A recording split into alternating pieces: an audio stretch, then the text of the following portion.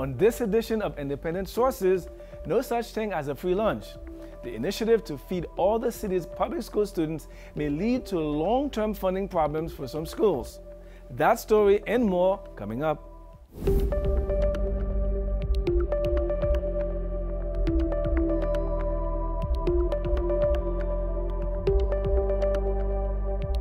Independent Sources, your window to the city's ethnic and immigrant communities. Here's your host, Garry Pierre-Pierre. You probably know the old saying, there's no such thing as a free lunch. For the 1.1 million students in the New York public school system, that's no longer the case. The school's chancellor, Carmen Farina, announced the free school lunch for all program at the beginning of the new school term. It's estimated that this will save parents about $300 a year per child.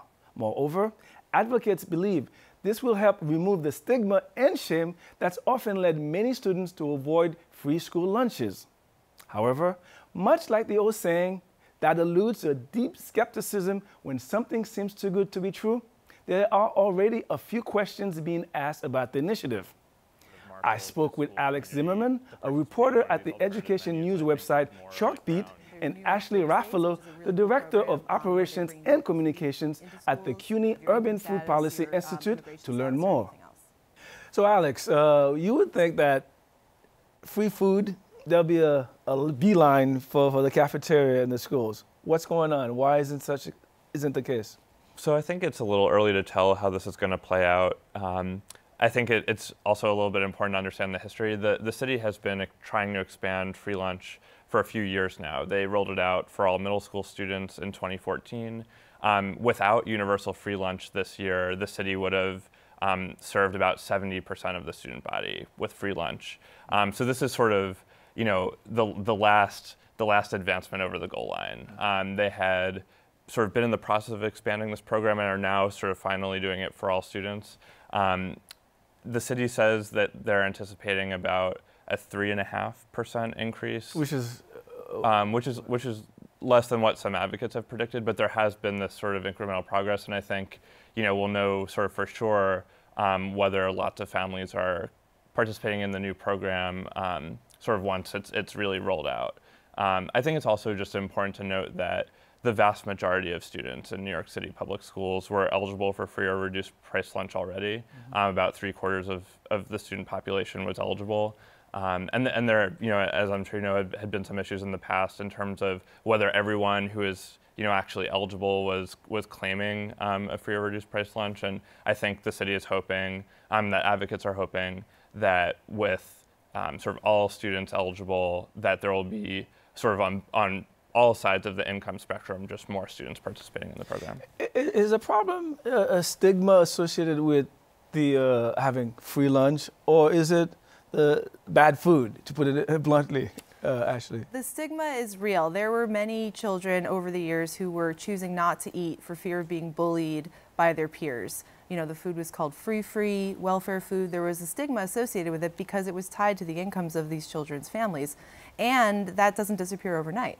So, you know, we already saw that as kids grew up, they were less and less likely to take the lunch because that, you know, fear of being bullied maybe would set in.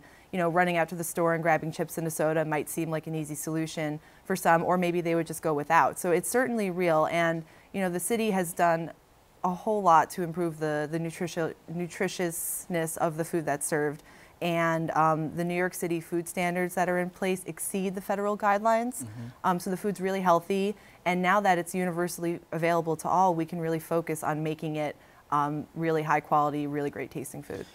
I want to pick up on this point about the healthiness of the food, because one of the reasons why I don't eat canned food whatsoever is because of experience when I was young in elementary school, eating canned soup and canned fruits and vegetables.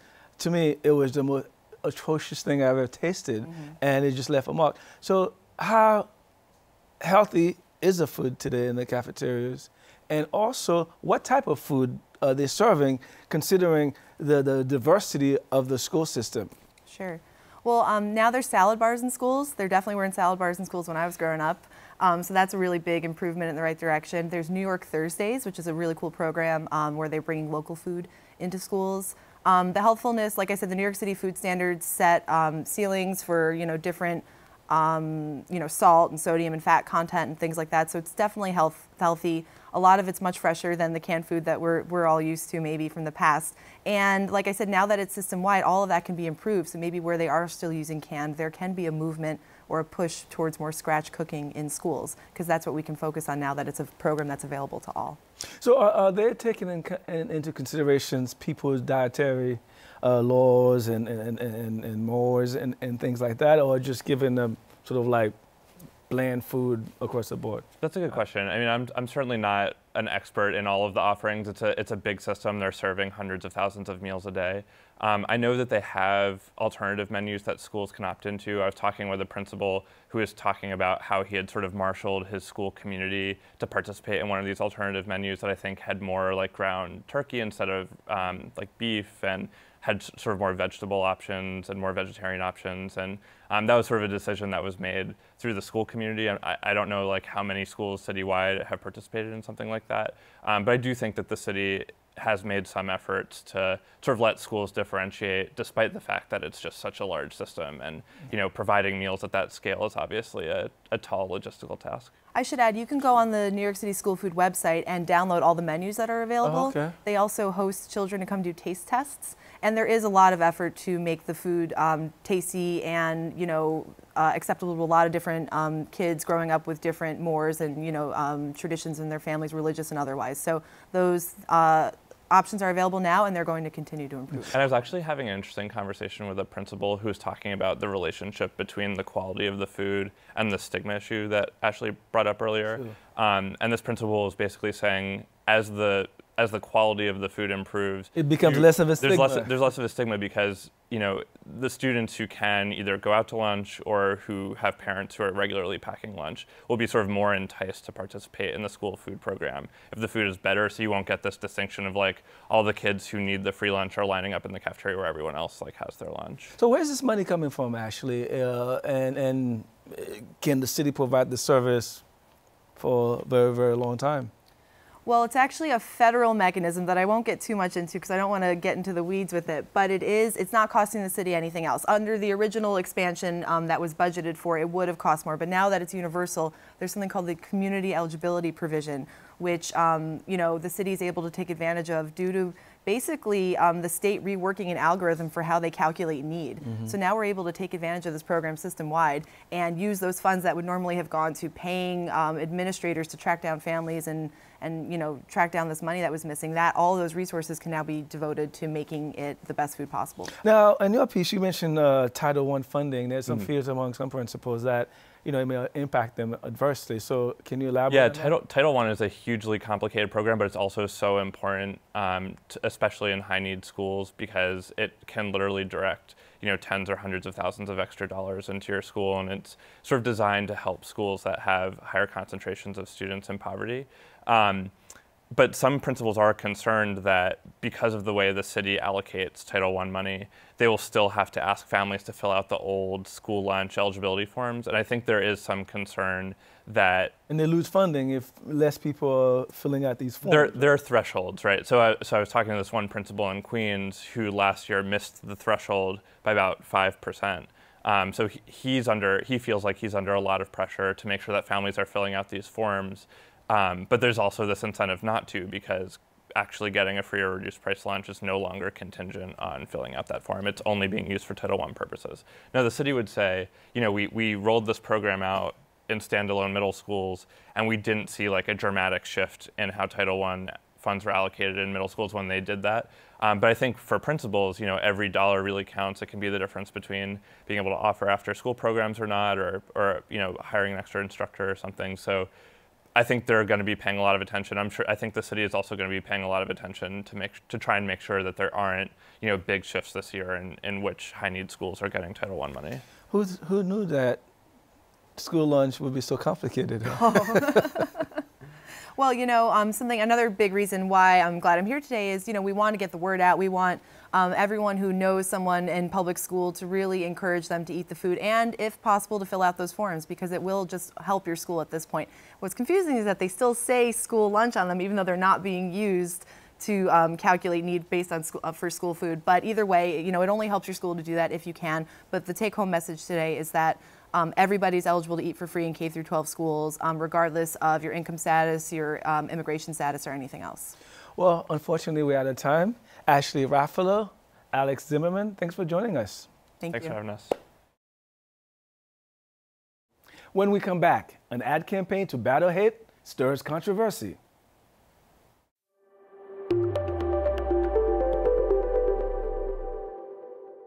Thanks for staying tuned.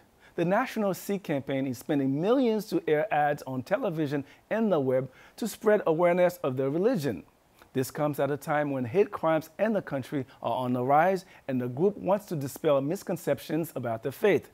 I spoke with the executive director of the Sikh campaign, Gurren Singh Ahuja, about the ads and some of the issues they've already encountered. I want to start the conversation by talking about when the Sikh community in America came to prominence. That was post 9/11, when thousands or hundreds were attacked by people thinking that they were Muslims. Can you tell us shortly about the Sikh and what is it exactly, and what you want people to know about you? Yeah. Well, the Sikh community's been in the United States for over 100 years. We've served in World War I and World War II. We are doctors, lawyers, farmers. We're pretty much your average Americans. We look a little bit different, but the main takeaway I want your audience to have is our values are just like everybody else's. The core foundational values of Sikhism are gender equality, religious tolerance, and racial equality, and the belief in one God. Okay. Those are core foundational values. And oftentimes, as you had noted earlier, people will think that we're extremists. Not necessarily Muslims, because I firmly believe in religious tolerance and that Muslims have the right to practice their faith freely, but people often view us as extremists, particularly because of what they see on television and what the turban has come to represent on television.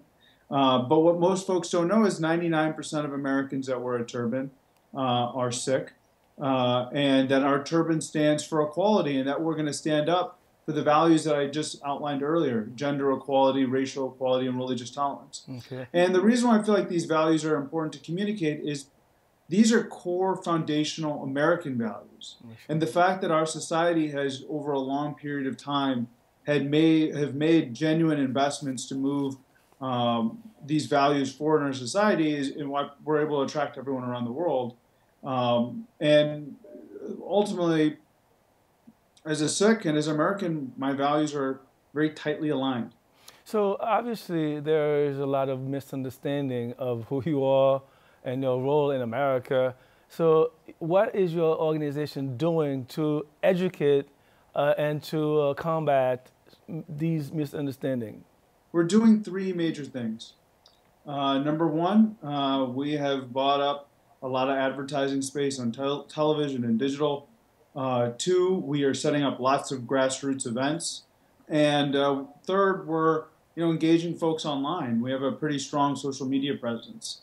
And I think the combination of those things will help people understand the values that I mentioned earlier. Sure.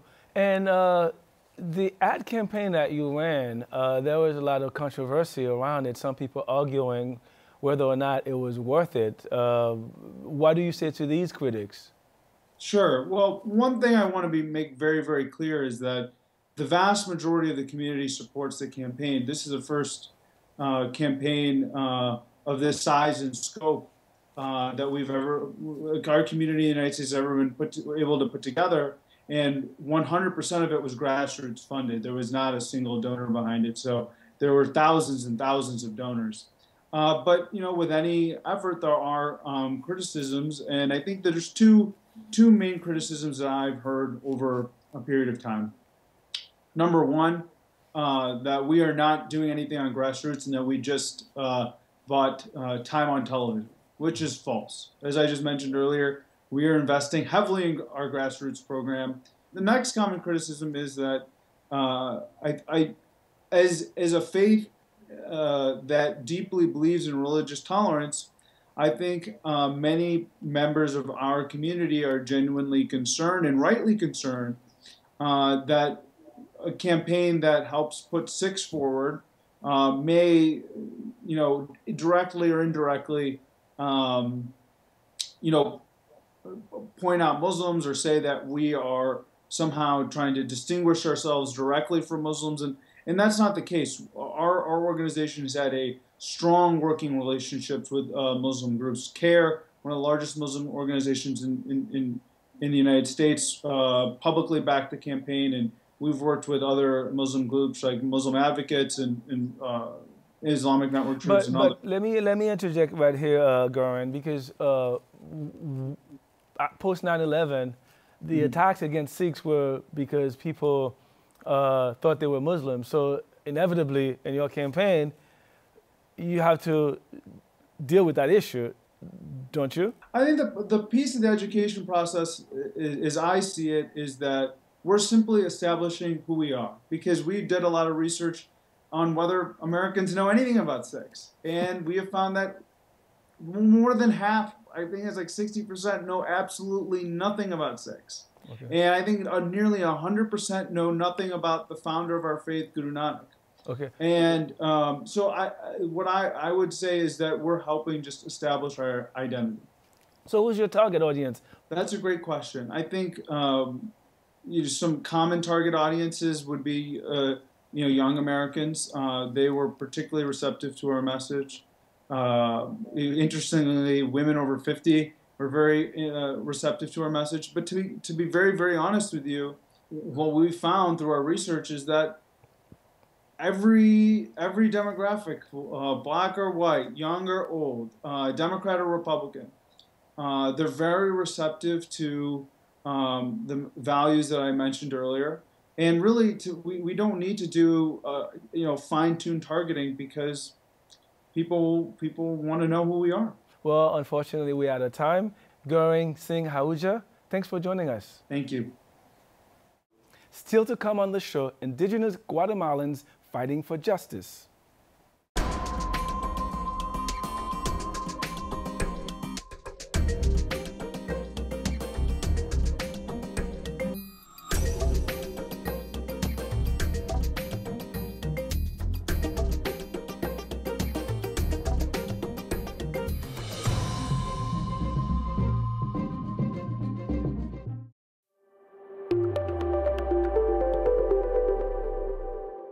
Finally from us, our film-focused segment.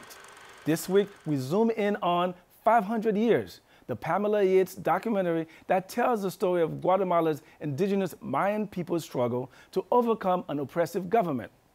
Before we go to my conversation with Yates, let's take a look at the film's trailer.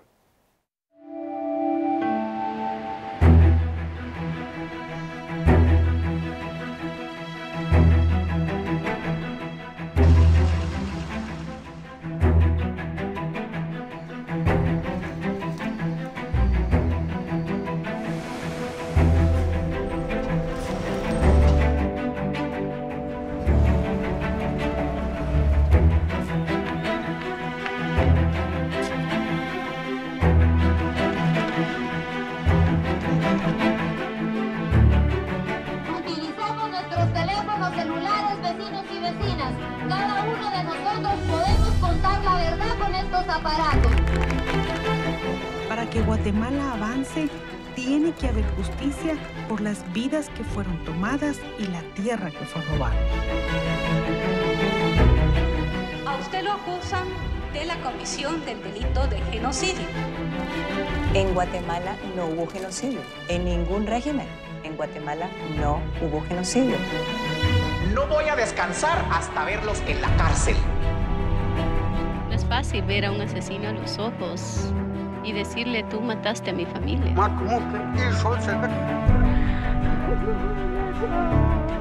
ha habido ninguna prueba que evidencie mi participación. Ordenando su ingreso directamente a prisión.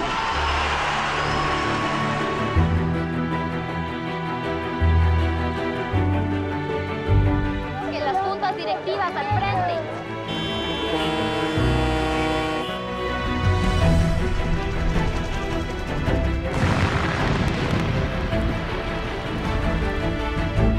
pueblos indígenas van a defender lo que les queda de territorios con la propia vida.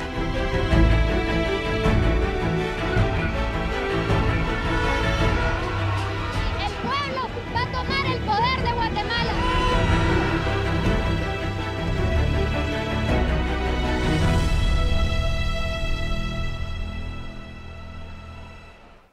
So Pam, really riveting film. I had an opportunity to watch it, really enjoy the cinematography and all. Thank you.